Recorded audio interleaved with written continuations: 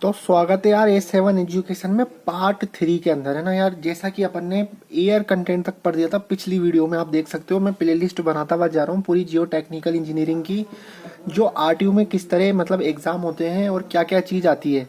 Theory भी आती है, न्यूमेरिकल भी आता है, कोई ऐसे बता नहीं रखा। आप देखो सिलेबस में अपन को पूरा ही पढ़ना पड़ेगा।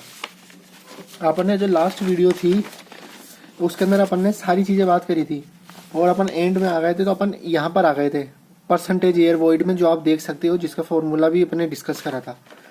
तो अब देखो जो जो चीज़ डिस्कस कर लिया अपन वो करके, जैसे अपने 5 टॉपिक डिस्कस करें अभी परसेंटेज एयर वॉइड तक, तो 5 डिस्कस करें तो 5 के फॉर्मूले यार तुम अपनी अलग कॉपी या अलग पेज में नहीं बना लेना, जो बाद में तुम्हें फ्यूचर में काम आएगी। फ्यूचर में कैसे, तुम्हारे 6 महीने में एग्जाम होते हैं, तो एक हफ्ते पहले निकालने बैठोगे ना तो बहुत कुछ काम में आएगा।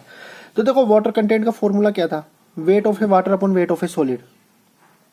और इस जगह ऐसे लिखते जाओ, कभी भूलोगे नहीं। जैसे अभी तो तुम डब्ल्यू डब्ल्यू लिख रहे हो, लेकिन तुम अब एक हफ्ते बाद निकाल के देखते हो तो डब्ल्यू डब्ल्यू को तुम पहचान नहीं पाते, तो इधर लिख दो W W weight of A water upon W S, मतलब क्या है, वेट ऑफ ए सॉलिड की बात कर रही है। Void ratio, volume of A void upon volume of A solid, जो मैंने इधर लिख दिया है volume of A void upon volume of A solid. Porosity को एन से करते हैं डिनोट और वॉइड रेशो को ई से करते हैं। इसका क्या होता है, volume of A void upon total volume.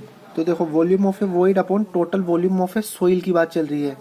और फिर उसके बाद अपने रिलेशनशिप करी थी, रिलेशनशिप पोरोसिटी और वॉइड रेशो में ई और एन से, जिसको अपन ने डिफाइन करा है, जिसका फॉर्मूला आया था ई इज इक्वल टू, मतलब void ratio is equal to porosity upon 1 minus porosity, और वही porosity is equal to void ratio upon 1 plus void ratio.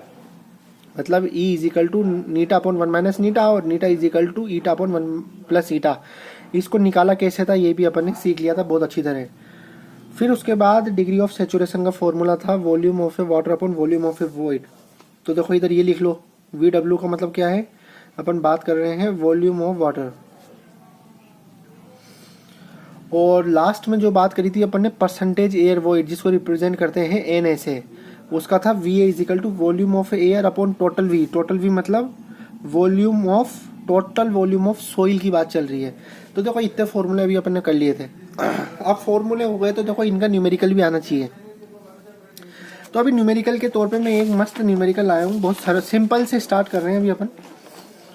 जैसे देखो पहला न्यूमेरिकल आप देख सकते हो, अगर आपको क्लियरली विजिबल हो रहा हो तो न्यूमेरिकल 1, क्या soil sample has porosity of 35%, calculate void ratio. अब देखो दो चीज होती है।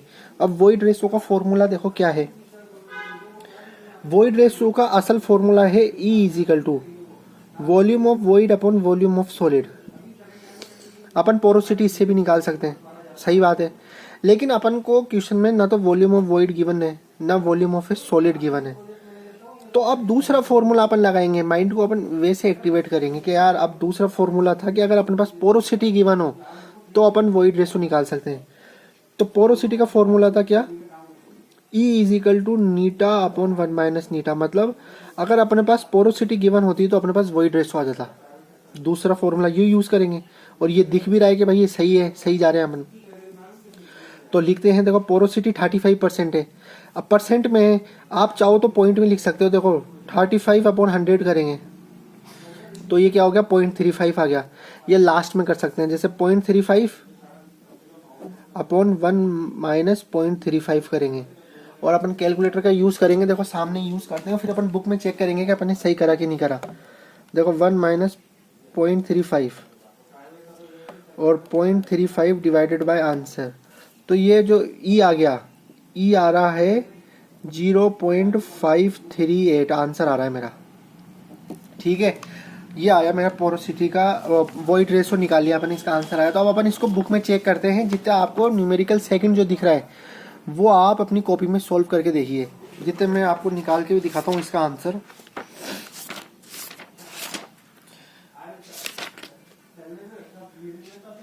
तो पोरोसिटी का 42% है, पोरोसिटी ऑफ सैंपल 35%। देखो अभी क्या आधा क्वेश्चन था ये वाला। ओह सॉरी यार, ये पूरा कैमरा एकदम से हिल गया। एक सेकेंड में सीधा कर लेता हूँ, ठीक है। ये मैंने सीधा कर लिया। देखो गलती से हिल गया था। तो देखो ये वाला क्वेश्चन अगर आपको दिख रहा हो, ये वाला कि the porosity of A soil sample is 35% and specific gravity is 2.7, calculate void ratio. तो अभी देखो मैंने सिर्फ वॉइड रेशो कैलकुलेट करा है, अभी अपने पास स्पेसिफिक ग्रेविटी वाला नहीं था, सैचुरेटेड डेंसिटी नहीं थी, जो आगे वाले लेक्चरों में अपन सीखेंगे कि डेंसिटी का पूरा समझेंगे जो मैंने आपको बताया था। तो अभी सिर्फ वॉइड रेशो कैलकुलेट करा है। तो देखो वॉइड रेशो का जो आंसर आया है वो क्या आया है, आंसर आया 0.538 और इधर भी आप देख सकते हो 0.538 आया है। तो मतलब ये तो यार खुद ऑटोमेटिक है कि आप सीख जाते हैं जब। तो अब आप बताओ कि आपके जो दूसरा क्वेश्चन है उसका आंसर क्या है बहुत स्पीड के अंदर। The porosity of A soil sample is 27% बोला है, कैलकुलेट वॉइड रेशो। वही कैलकुलेट वॉइड रेशो करवा रहा हूँ मैं अभी। ऐसे फिर वाटर कंटेंट करवाऊंगा, डिग्री ऑफ सेचुरेशन, फिर उसके बाद में इंटरचेंज कर दूंगा कि एक के थ्रू से दूसरे का आंसर निकलेगा, वो भी सिखाऊंगा। अभी बिल्कुल बेसिक से स्टार्ट कर रहे हैं। तो अब देखो दूसरा फॉर्मूला अपन सोल्यूशन लिखते हैं। दूसरा फॉर्मूला अपन को पता ही है कि क्या लगाना है, eta is equal to eta upon 1 minus eta. तो अब 27 है, इसको अपन अब देखो पहले पॉइंट मैंने मार्क कर दिया था, आप देखो ऐसे भी कर सकते हो, जैसे आपने 27 लिख दिया अपॉन 1 माइनस 27। तो अब देखो क्या, एक बार देखो क्या आंसर आएगा इसका। देखो 1 माइनस 27 करा, माइनस 26 आ गया, 27 अपॉन माइनस 26। तो देखो 27 डिवाइडेड बाय आंसर और मल्टीप्लाई बाय 100 कर देंगे। नहीं, मल्टीप्लाई 100 नहीं करेंगे, ये करेंगे 27 डिवाइडेड बाय 26।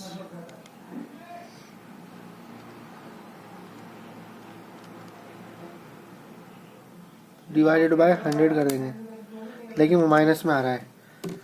तो अपन को चेंज करना होगा यहाँ पर ही, ये चीज़ पता लगी। नहीं तो अपन को ये जो 1 है इसको अपन को 100 मानना पड़ेगा।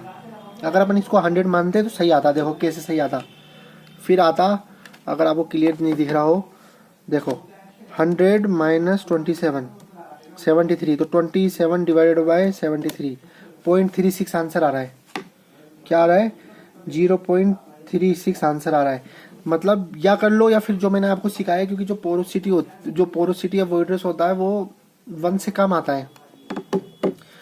तो इसके अंदर ये चीज़ आप समझो कि जैसे परसेंटेज में दे रहा हो तो उसको यहीं चेंज करे करो, 27 अपॉन 100 कर दो तो 0.27 आ गया। अब 0.27 अपन एन में पुट करेंगे। अब जैसे क्वेश्चन नंबर, इसका आंसर मैं चेक करवाऊँ 0.36 आंसर आ रहा है कि नहीं आ रहा।